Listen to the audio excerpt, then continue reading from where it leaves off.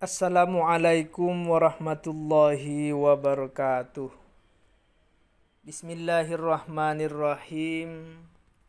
Alhamdulillahi rabbil alamin. Wabihi nasta'inu ala umurid dunya waddin. Wassalatu wassalamu ala ashrafil anbiya'i wal mursalin, Sayyidina Muhammadin wa ala alihi wa sahbihi ajma'in. Amma ba'du. Anak-anakku di rumah, pada hari ini kita akan kembali belajar sejarah kebudayaan Islam yang akan mempelajari tentang sejarah Kanjeng Sunan Ampel. Sebelum pembelajaran kita mulai, mari kita awali dengan membaca suratul Fatihah, dengan harapan mudah-mudahan yang akan kita pelajari nanti menjadi ilmu yang bermanfaat buat kita semua dan menjadi bekal, menjadi perantara buat kalian semua menjadi orang-orang yang sukses, orang-orang yang bisa membanggakan kedua orang tua dan keluarga-keluarga kita semua. Ala hadhihi niyyah bi barakatil Fatihah. A'udzu billahi minasyaitonir rajim. Bismillahirrahmanirrahim. Alhamdulillahi rabbil alamin, arrahmanir rahim, maliki yaumiddin. Iyyaka na'budu wa iyyaka nasta'in. Ihdinas siratal mustaqim, siratal ladzina an'amta 'alaihim ghairil maghdubi 'alaihim waladdallin. Amin. Kanjeng Sunan Ampel ini datang ke Indonesia, datang ke Majapahit diperkirakan pada tahun 1440 Masehi. Nama asli dari Sunan Ampel adalah Sayyid Ali Rahmatullah. Biasa dipanggil dengan sebutan Raden Rahmat. Sunan Ampel adalah putra dari Syekh Ibrahim As-Samarkandi. Ibunya bernama Dewi Candraulan. Dewi Candraulan ini adalah putri Raja Campa. Silsilah Kanjeng Sunan Ampel ini bersambung sampai Rasulullah Muhammad sallallahu alaihi wasallam melalui jalur Sayyidina Husain bin Ali bin Abi Thalib dan ibunya istri dari Sayyidina Ali, Fatimah Zahra binti Rasulullah Muhammad sallallahu alaihi wasallam. Raden Rahmat datang ke Majapahit sekitar tahun 1440 Masehi ditemani oleh ayahanda beliau Syekh Ibrahim As-Samarkandi dan kakak beliau yaitu Sayyid Ali Murtadha dan saudara sepupunya yaitu Raden Abu Hurairah atau oleh masyarakat Jawa dikenal dengan sebutan Raden Burereh. Raden Rahmat datang ke Majapahit atas undangan dari Prabu Brawijaya V yang menjadi Raja Majapahit ketika itu. Kebetulan Prabu Brawijaya V ini adalah Raja Majapahit yang menikahi bibi dari Kanjeng Sunan Ampel yang bernama Dewi Darawati. Prabu Brawijaya V mengundang Raden Rahmat untuk datang ke Majapahit dengan tujuan untuk memperbaiki perilaku masyarakat Majapahit yang sedang mengalami kemerosotan moral ketika itu. Prajurit-prajurit Majapahit ketika itu senang hobi bermain judi, hobi minum minuman keras, mengkonsumsi kokain atau ganja, dan juga suka merampok dan mengganggu istri orang. Sehingga Dengan kedatangan Sunan Ampel diharapkan penyakit masyarakat yang sedang marak pada waktu itu diharapkan bisa teratasi oleh ajaran-ajaran yang akan diajarkan oleh Kanjeng Sunan Ampel. Sedangkan peranan Sunan Ampel dalam menyebarkan Islam di Indonesia itu ada beberapa hal yang dilakukan beliau. Yang pertama adalah membentuk jaringan kekerabatan. Jaringan kekerabatan yang dibangun oleh Kanjeng Sunan Ampel adalah melalui perkawinan para penyebar Islam dengan putri-putri penguasa Majapahit.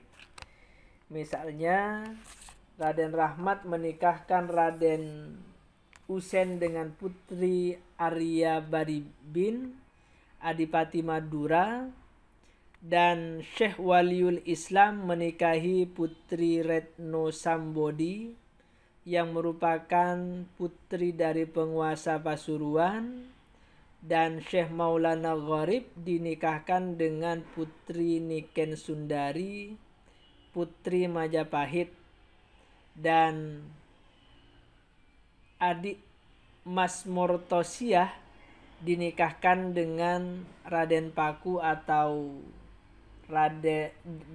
Sunan Giri, dan begitu juga dengan putrinya Mas Murtasimah yang dinikahkan dengan Raja Demak yaitu Raden Patah.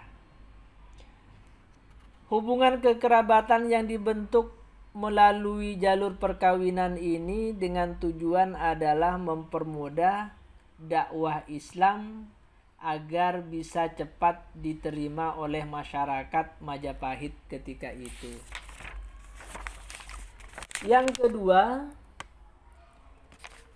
Kanjeng Sunan Ampel memasukkan nilai-nilai Islam dalam budaya masyarakat.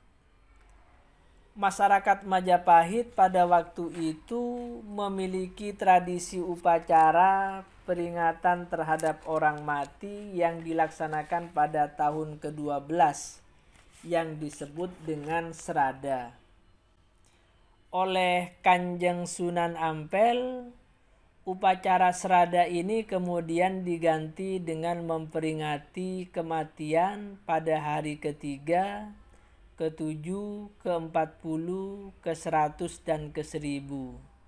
Dalam upacara kematian itu, Kanjeng Sunan Ampel mengisi dengan bacaan-bacaan tahlil, doa-doa dalam Al-Quran yang kemudian pada hari ini kita populerkan dengan istilah tahlilan.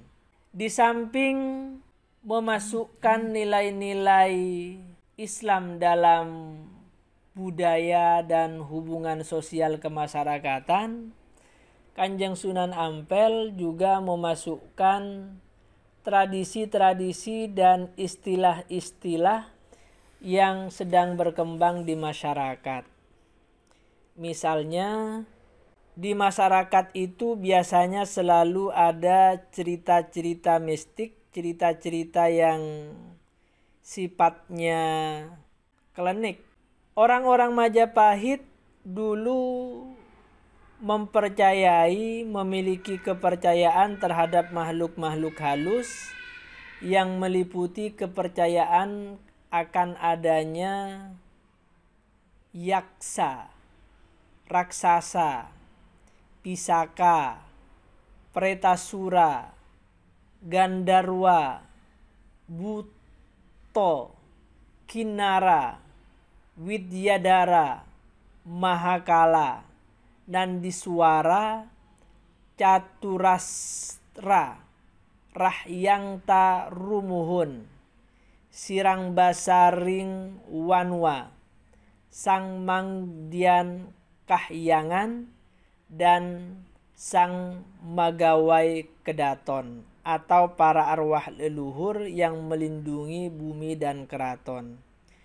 Hal itu kemudian diimbangi dengan cerita-cerita mistik tentang makhluk halus yang berasal dari campa, meliputi adanya gendruwo, kelong wewe, kuntilanak, pocong, tuyul, siluman, hantu penunggu pohon, arwah penasaran, dan berbagai tahayul yang dalam bahasa Kawi disebut dengan gegoan tuhuan.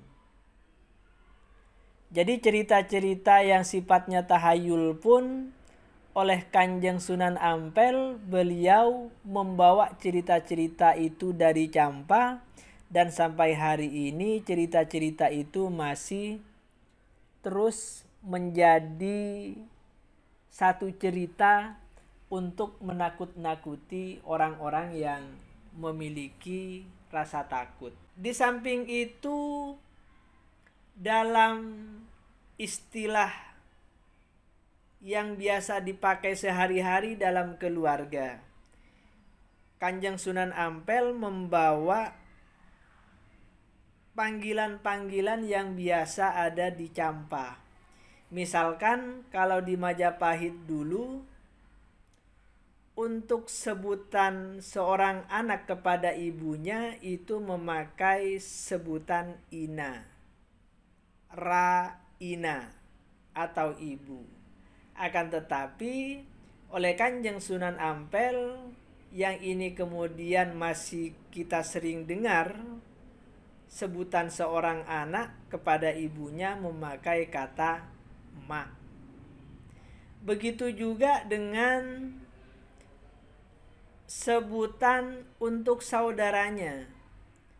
Kalau orang Majapahit dulu kepada kakaknya, maka dia akan memakai sebutan raka, dan kepada adiknya memakai istilah adi.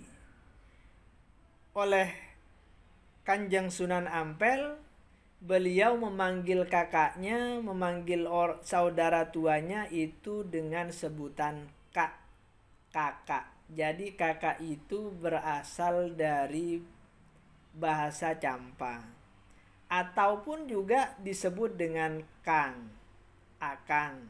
Itu juga berasal dari campa.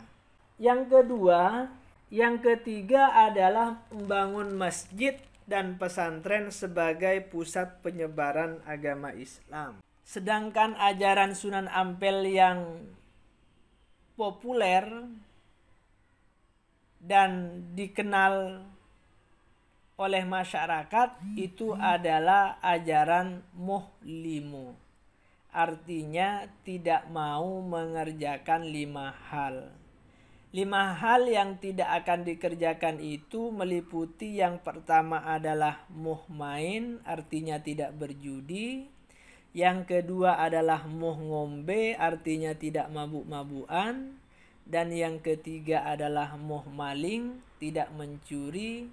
Yang keempat adalah muh madat, tidak memakai narkoba atau ganja.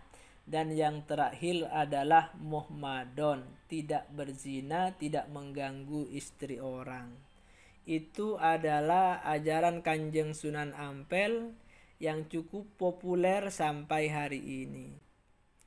Sedangkan sikap positif dalam pribadi Kanjeng Sunan Ampel, yang pertama adalah Kanjeng Sunan Ampel berdakwah dengan arif dan santun. Beliau di dalam berdakwah tidak pernah mencaci maki, tidak pernah menyalahkan secara langsung yang bisa menyinggung perasaan ajaran agama lain. Sehingga hampir sama dengan apa yang dilakukan oleh Kanjeng Sunan Gresik. Islam itu tidak dipaksakan, akan tetapi Islam itu menjadi pilihan untuk dipilih apakah akan tetap mempertahankan agama lamanya ataukah akan beralih pada keyakinan baru, yaitu ajaran-ajaran Islam.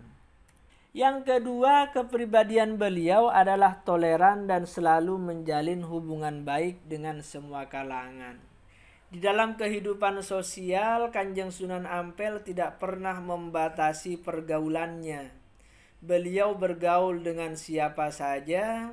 Beliau bergaul dengan orang-orang yang beragama Hindu, beragama Buddha, dan orang-orang yang ada di sekitarnya tanpa kemudian membedakan ras dan sukunya.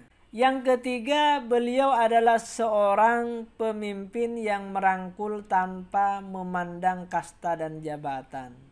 Jadi Kanjeng Sunan Ampel ini adalah pemimpin yang tidak membeda-bedakan rakyatnya berdasarkan kasta dan jabatannya. Sedangkan yang keempat, beliau sebagai seorang kiai, sebagai seorang pengasuh pesantren, sebagai seorang guru, beliau mendidik dengan penuh keikhlasan di dalam menyampaikan ilmunya kepada semua murid-muridnya. Sekian pembelajaran kita pada hari ini. Mudah-mudahan bermanfaat dan kita semua selalu diberi kesehatan oleh Allah Subhanahu wa Ta'ala. Begitu juga dengan semua keluarga-keluarga kita, orang-orang terdekat kita, dan orang-orang yang kita cintai. Dan mudah-mudahan kita semua terhindar dari pandemi COVID-19. Bibarakatil Fatihah. A'udzu billahi minasyaitonir rajim. Bismillahirrahmanirrahim. Alhamdulillahi rabbil alamin arrahmanir rahim maliki yaumiddin. Iyyaka na'budu wa iyyaka nasta'in. Ihdinas siratal mustaqim, siratal ladzina an'amta 'alaihim ghairil maghdubi 'alaihim waladdallin. Amin. Anak-anakku semuanya, jangan lupa jaga kesehatan, selalu bantu pekerjaan kedua orang tua kalian di rumah, dan buat mereka selalu bahagia dan bangga telah memiliki putra dan putri kalian. Kurang lebihnya mohon maaf. Wallahul muwaffiq ila aqwamit thoriq. Wassalamualaikum warahmatullahi wabarakatuh.